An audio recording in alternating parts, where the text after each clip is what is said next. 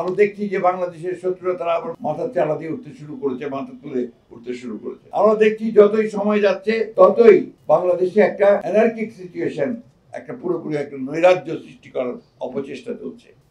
আপনারা সবাই জানেন যে 7ই নভেম্বর 1975-এ সিপাহী জনতার বিপ্লবের মধ্য দিয়ে শহীদ প্রেসিডেন্টকে জিয়াউর রহমানকে গৃহবন্দী অবস্থা থেকে অর্থাৎ 23 নভেম্বর এই দেশের বিরুদ্ধে যে চক্রান্ত করেছিল, সেই চক্রান্তকারীরা শহীদ প্রেসিডেন্ট জিয়াউর রহমানকে গৃহবন্দী করে রেখেছিল।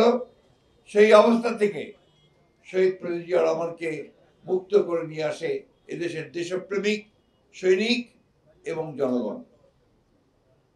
তারপরের ইতিহাস হচ্ছে বাংলাদেশের সাফল্যের ইতিহাস।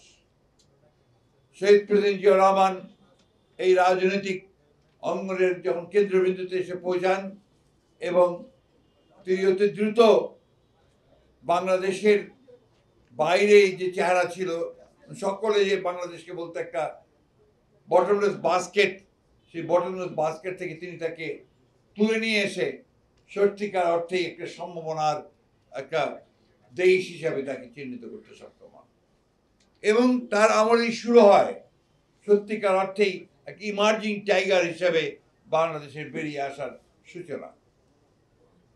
শহীদ প্রেসিডেন্ট জিয়াউর রহমান বাংলাদেশের রাজনৈতিক ইতিহাসে একজন ক্ষণজন্মা পুরুষ।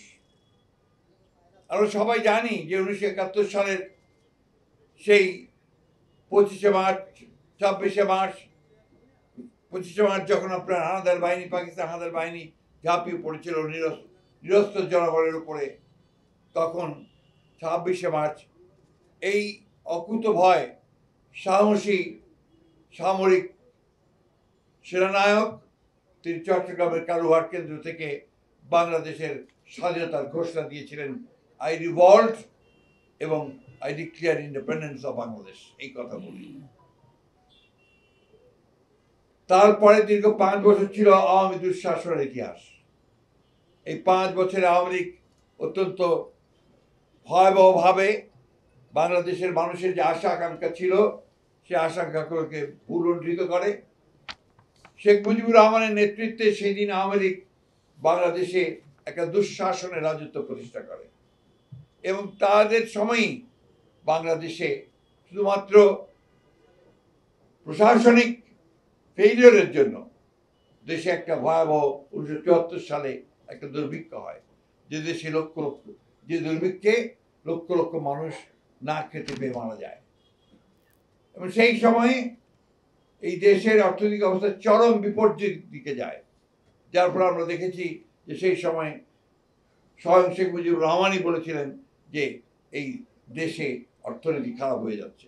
তাই নয়, তৎকালীন অর্থনৈতিক সমিতির সভাপতি ডক্টর মুজাহিরুল ইসলাম তিনি শেখ মুজিবের সামনেই অর্থনৈতিক সমিতির যে আলোচনা সভা ছিল টিএসসিতে, সেখানে তিনি বলেছিলেন বাংলাদেশের অর্থনীতি তীব্র গতিতে রসাতলে যাচ্ছে। সেই অবস্থা থেকে শহীদ প্রেসিডেন্ট জিয়াউর রহমান বাংলাদেশকে তুলে নিয়ে আসেন।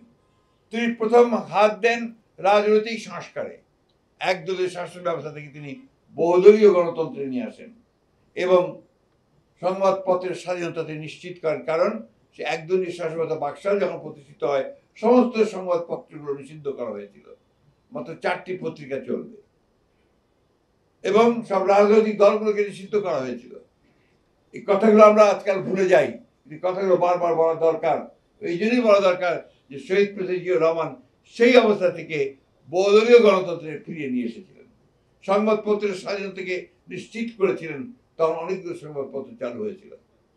আমরা দেখছি যে বাংলাদেশের শত্রুরা তারা আবার মাথা চালা দিয়ে উঠতে শুরু করেছে, মাথা তুলে উঠতে শুরু করেছে। আমরা দেখছি যতই সময় যাচ্ছে ততই বাংলাদেশে একটা অ্যানার্কিক সিচুয়েশন, একটা পুরোপুরি একটা নৈরাজ্য সৃষ্টি করার অপচেষ্টা চলছে।